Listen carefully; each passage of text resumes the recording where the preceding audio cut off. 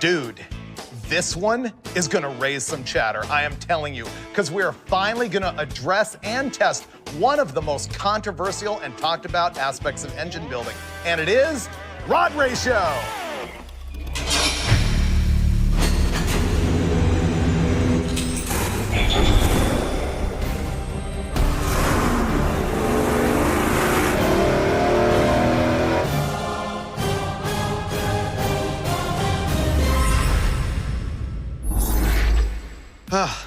Here we go.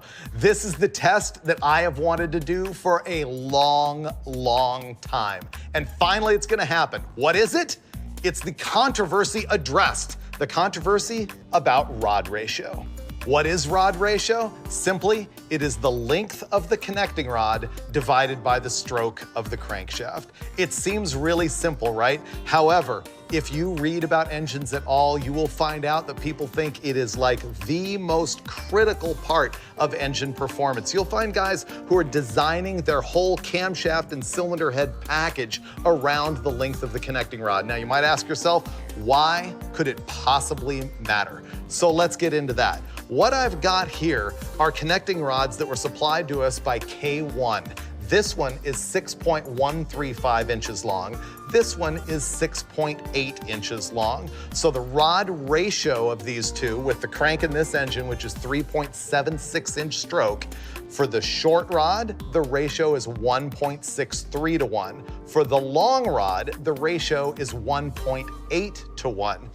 Now, what happens inside the engine is that piston speed is the same throughout a full revolution, regardless of your rod length. For example, if you want to calculate your piston speed in feet per minute, all it is RPM multiplied by the crank stroke, and then you take that and divide it by 6, and you get your average piston speed in feet per minute. But the thing is, with different rod lengths, the piston is accelerating and decelerating in different places in the cylinder. The short rod is faster in mid-cylinder on its way up, and it is faster across top dead center. It spends less time with the piston dwelling at top dead center than the long rod. The long rod tends to slow down the piston speed at mid-cylinder stroke, and it also makes the piston dwell longer at top dead center. Now, inversely, the long rod makes it dwell more at top dead center, but less at bottom dead center. And the opposite is true with the short rod. It dwells less at top dead center and more at bottom dead center. And so people have all sorts of theories about how that piston position and speed in the cylinder can affect the performance of your engine based on the camshaft and the cylinder head and a bunch of other variables. And you know what? I could talk about it forever. But instead, what we're gonna do is put it to a real world test in this engine right here. Basically, we're starting with a big block Chevy platform, but we are using a Dart aftermarket block. And because I wanted to test two radically different lengths of rods, I mean, there's a difference of more than 5/8 of an inch here, I had to do the math to figure out the engine that would take the biggest difference. And this is what I figured out. From 6.135, which is, by the way, a stock rod length on a big block Chevy, all the way to 6.800, which is really big, required a very short stroke crankshaft. So this thing begins with a crank that has a stroke of 3.76 inches. It's like a stock 396 or 427 crank. I used the Dart Big M block in order to get a big bore of 4.5 inches. And the reason I did that is I wanted some displacement. And this thing still turns out pretty small. It is a 478 cubic inch engine. Now, with that in mind, I knew that I wanted a lot of RPM in order to show a difference in rod ratio. And I also knew that I wanted to make some high compression so that it would make some power. So we begin with some very custom pistons that were designed for me by JE Pistons. These are specific just for this test. What's trick about them is that they are able to go into the Dart cylinder head and collect the data points, basically make a digital map of it, and make a dome that was the largest that it could possibly be for this engine. And they also cut the valve reliefs just for this camshaft. So the final compression ratio is 12.25 to 1. The other thing that we need to look at here, and this is another aspect of connecting rod length, is if I put these side by side, and line them up exactly at the top of the dome, not at the top of the dome, but the top of the flat surface of the piston, you can see that the compression height of these two pistons is very different, because in order to package between the stroke of the crankshaft and the deck height of the engine, you have got to offset the compression height of the piston to accommodate the length of the rod. So you can see here with the short rod, I've got a very tall piston compression height. With the long rod, that shortens up quite a bit. And frankly, with the pin up here in the oil rail of the oil ring, that can cause problems. But conversely, with the short rod, you've got to have a much heavier piston than with the long rod. And so the piston itself can affect the performance based on the rod length. And here's another thing that's an effect of long versus short rods, and I'm gonna exaggerate it here on the table. Let's imagine that these pistons and rods are both in an engine with the same amount of crankshaft rotation. With the long rod, the angularity from the piston to the rod might be about like that. With the short rod, it is much more extreme, something like that. And therefore, the short rod causes more side loading on the piston. This rod is actually shoving the piston more this way into the cylinder wall, which can lead to friction problems and mostly more bore wear. So that's how I've specially built the low end here, and I really have to thank everybody at Race Winning Brands for working with me through all of this. Now let's talk about the basic specs. The cylinder heads are a Dart Pro 1 CNC aluminum deal 365 inlet runner. And at the top end, I've got a Dart single plane intake manifold and a Holley 1050 Dominator carburetor. The big deal in all of this is going to be the camshaft. It is a honkin' big solid roller from Crane. The specs on the duration at 50 thousandths tappet lift are 284 on the intake, 296 on the exhaust. It's on a 112 lobe separation angle. That cam is important because it is going to allow this thing to run up to 7,500 RPM. Honestly, it could go more, but we limited it to that because we were concerned about the longevity of the valve train with a stock type rocker arm and with stainless steel valves in it.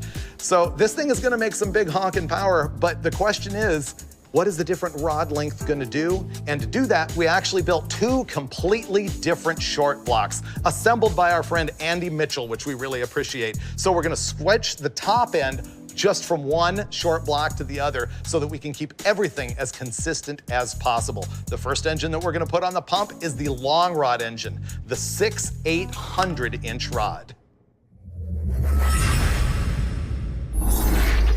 Dudes, I'm really excited about this. I've wanted to do it since 1997 when I was the editor of CarCraft. Oh, wow. Yeah, that's a long time to wait, Freiburger. Well, the patience is a virtue. Rod ratio thing is like one of the most talked about subjects that people have about engines, and we're finally gonna find out. Because I've never seen any of the aftermarket do this test. I've heard the stories about Ray or Morrison. I mean, you've never done it, right? I have never done this personally. I've always leaned on that David Rear thing that I remember reading in the back of National Dragster, you know, because they had done all that stuff in the Pro Stock and NASCAR stuff, and kind of, you know, took that as a lead. But as far as testing it here, we've never done it. I thought you guys did a magazine test years and years ago, and the guy was claiming just enormous benefits for the long rod. That's the small block that Chevrolet should have built. Exactly. You know what? A lot of people remember that story in Hot Rod Magazine. Yeah, the 350 Chevy should have built. Pete Saueracker, I think, wrote that. That's it. Yeah. And did you do that test? Yeah. Oh, I didn't know that. But do I remember the test? No. Well, the thing is, I don't think there was any A-B. He was just categorically claiming that the long rod was the most awesome The other problem thing. was he was trying to run 12-to-1 compression.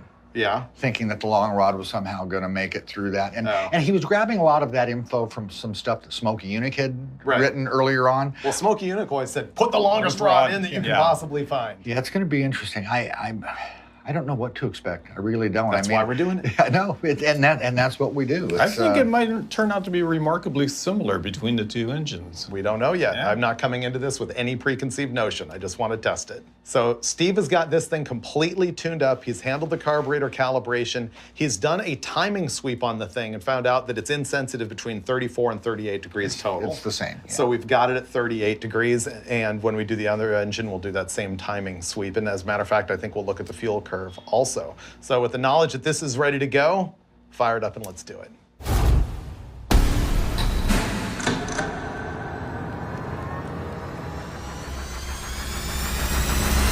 All right, here we go with the long rod engine. 6.800 is the length on these connecting rods.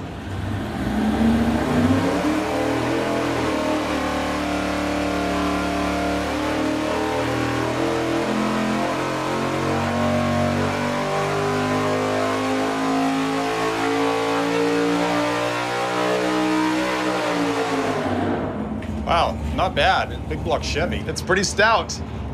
Yeah. Stumbled into a pretty good combo for no reason, even though nobody in their right mind would build a 478 cubic inch motor. But aside from that, 478 to the motor of the month. right? Hey, those 396 or you're frames. hoping they are. But for what it is, it's fairly stout. No, it actually is really good. With a Yeah. couple of changes, it could be really good. So there's that baseline pull all tuned up. We've got 804.2 at 7,300 RPM and 622.9 pound-feet of torque at 5,700. Not bad for what it is. That's a nice motor. You know what? We need to pick up more data. So there's a couple of other things Steve and I were talking about that we would like to do so we can fully explore this. We want to do Low first, RPM. low RPM. So what we're gonna do now is run this thing up to 3,000 RPM and just park it there and take a bunch of data points. And the reason we're doing that is to try and discover if there is a difference between the long rod and the short rod as far as low end torque. Our third and final test is gonna be steady state at peak torque. And what we're looking for there is what's called a torque offset. We're gonna see the difference between the torque number that it makes during a power sweep versus the torque that it makes at steady state. And we're gonna compare that same thing once we get to the short rod engine and see if there's any difference there.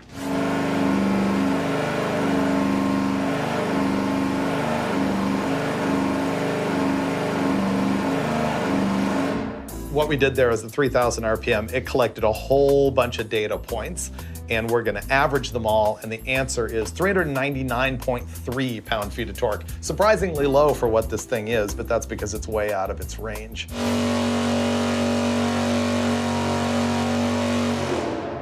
So our conclusion there is at 5,700 RPM steady state, our average torque is 633.7 pound-feet. Now, if we look at a curve versus what it made at steady state, we're gonna see a little bit of a difference. See, 633 is more torque than it made anywhere. So on this graph, what you're seeing is that the red line is the sweep at 300 RPM per second, and this data point is static. And it is, you know, it's 11 numbers up from when we swept it. We have our 3 different data points that we were concerned about. I think we're ready to go swap it over to the short rod All engine. the fun stuff. Yeah. And the changeover begins. We're about to swap from the long rod engine to the short rod engine. Now we're gonna use the exact same cylinder heads, intake manifold, distributor, and carburetor, and also the crank trigger on the thing. We're just gonna change the short block, which is as identical as we could possibly make it with the exception of the rod length. You can see that we've got a crank trigger ignition on this thing. That's just so we can be much more precise about the ignition timing. This thing made the same power between 34 and 38 degrees total on timing, and I'm super curious to find out if that's any different with the short rod engine.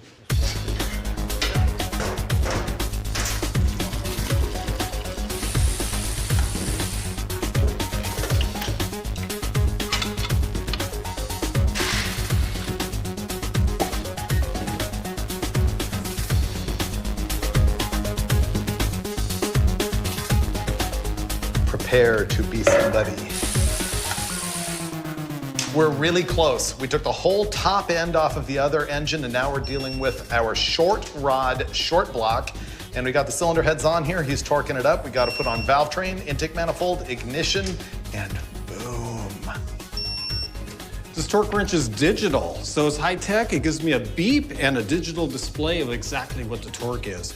That is completely failure proof.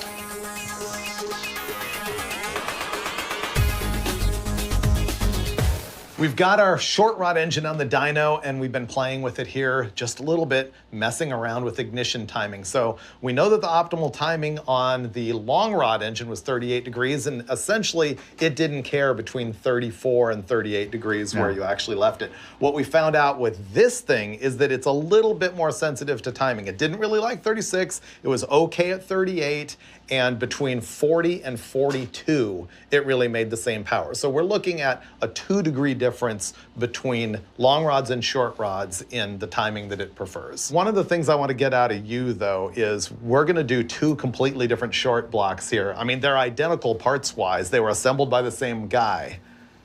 They're the same.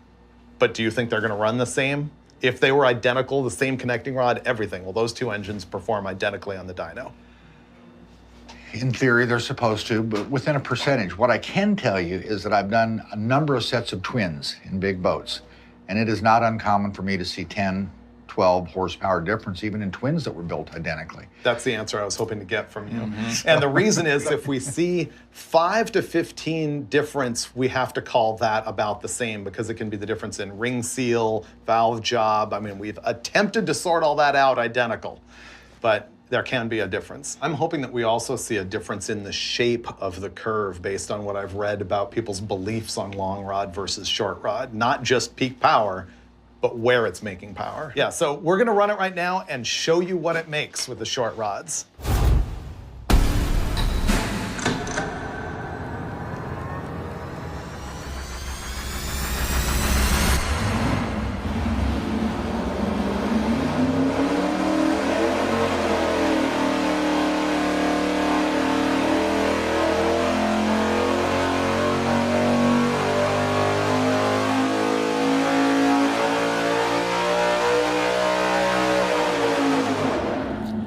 Pretty good. It was pretty good.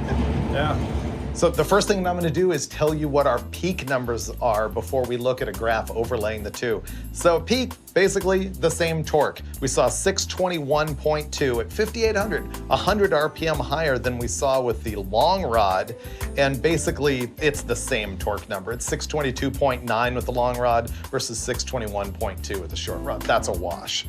But then you look at the horsepower, and we used to make 804 at 7,300 with the long rod, and the short rod made 815 at 7,400, which is, again, 100 RPM higher than what we saw with the short rod. So that is like the opposite of what you generally hear about long versus short rod.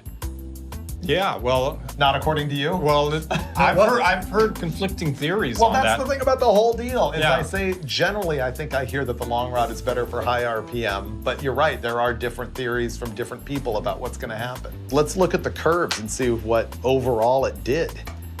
Wow, okay, so here are our power curves with the red lines representing the long rod and the black lines representing the short rod.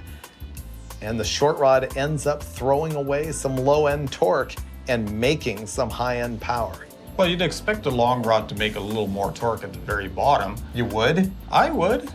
Because that's the opposite of other theories that I've seen. I've seen What both. everybody else will tell Yeah. you, or what you read typically now, is that the shorter rod is going to help the port be more active and help bottom end and All that. gobbledygook. But you know, you're the guy with the long rod theory. By the same token, you know, if you're going to gain that at the bottom, you're going to give up somewhere else because everything's a trade-off, and you'd expect to see that little edge at the top.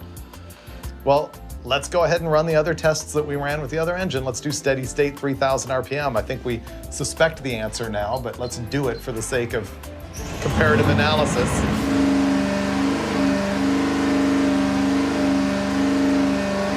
So identical almost. Same. Interesting.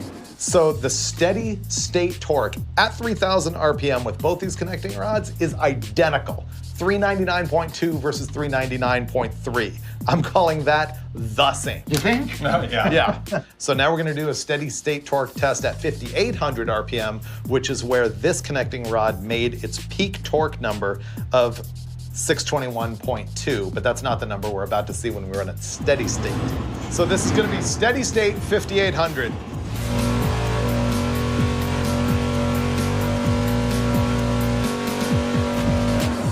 Okay, the average torque throughout gathering that data was 634.9, and it was 633.7 with the other deal. So basically steady state, we're calling no difference. But now we're gonna look at the difference between steady state and sweeping the engine, which will tell us the difference in inertia of how heavy the parts are. All right, so with the long rod, the difference between steady state and sweeping it was 10.8 pound-feet. So now we have to look at the same thing with short rod, 621.2 versus 634.9. So the difference between sweeping and steady state is greater with the short rod than it is with the long rod, which would add up to the fact that Slightly. it's got a heavier weight to it. Slightly, yeah.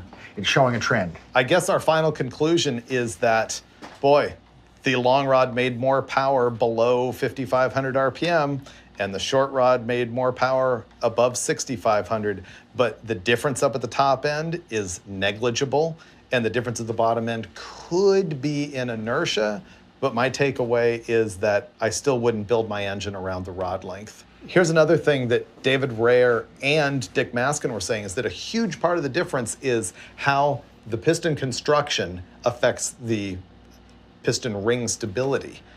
And I don't know if in this piston, the difference in compression height is really going to make a difference in that or not. But they're saying if you get the pin up into the oil rail, that you could see some more piston ring instability, which can lead to stuff like this. When you've got a skirt this long, it's going to have more tendency to rock than a skirt this long. Right. So, you know, when it's unloading and loading, and maybe that's what we're seeing is ring stuff in the short piston and the long rod at the top, because that's where you're going to see more issues with rings, is at higher speeds. So that's really a huge takeaway here, is that what we're seeing in the difference might not necessarily be the connecting rod itself, but the effect of weight and piston ring stability. So it could be other things. The effect of the package. Yeah. More questions than answers, as usual, on Engine Masters. Let's go.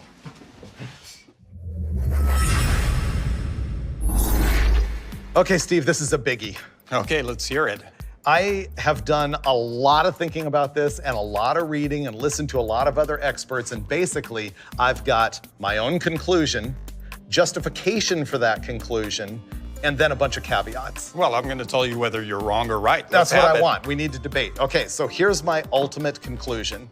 And I'm gonna narrow it a little bit and say, for typical engines within the world of the stuff we can accomplish, meaning not F1 stuff, not even NASCAR stuff, but you know, engines under 8,000 RPM, whether they're race or street, here it comes, rod ratio does not matter. You know, I'll tend to agree with that. Okay. Within the normal range. I mean, if you go super, super long or incredibly short and do something crazy, well, then it might matter some. Right. One guy I trust a lot, David Rayer from Rayer Morrison Racing Engines. This guy is like top end, very respected engine builder. And his opinion after a huge test that they did on a NASCAR engine with like a really short rod and a really long one, and what he said was hundreds of camshafts, was exactly the same thing, 0.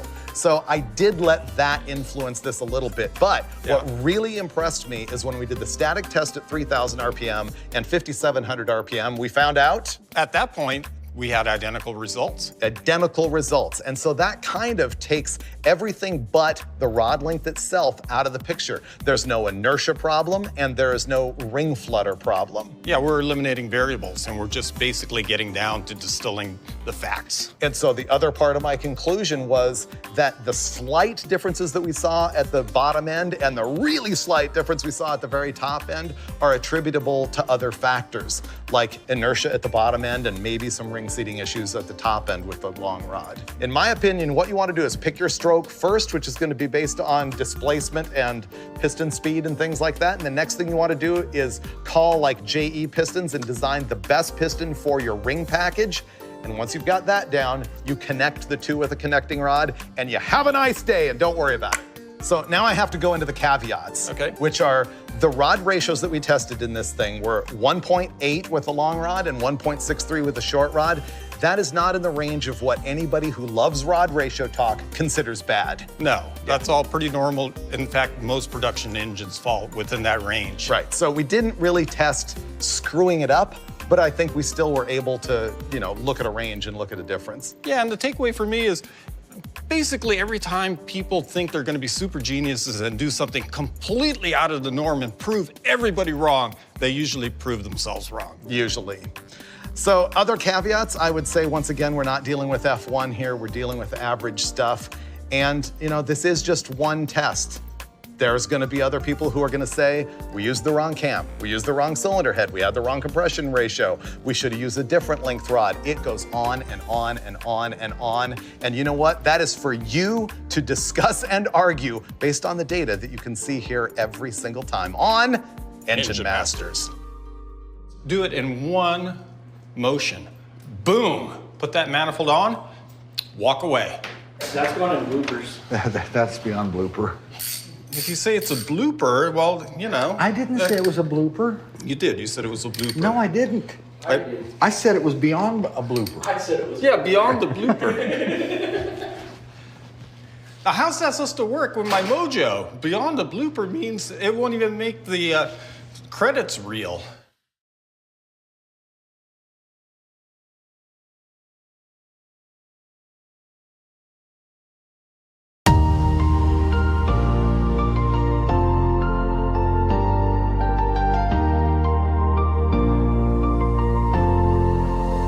I stand tall, the world at my feet.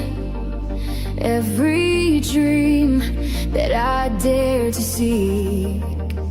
The sun burns bright on my skin. This is the victory I'm meant to win. No one can tell me I can't climb. I've conquered peaks, it's all mine.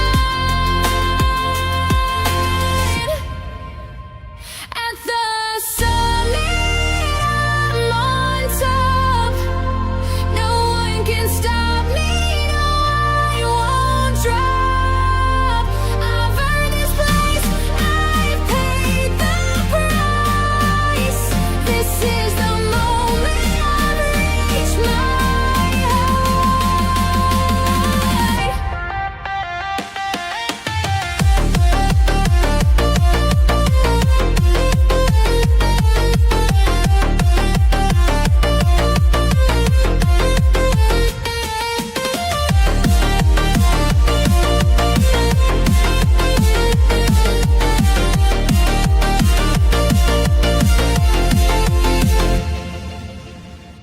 Every challenge, I've crushed the stone. Now I stand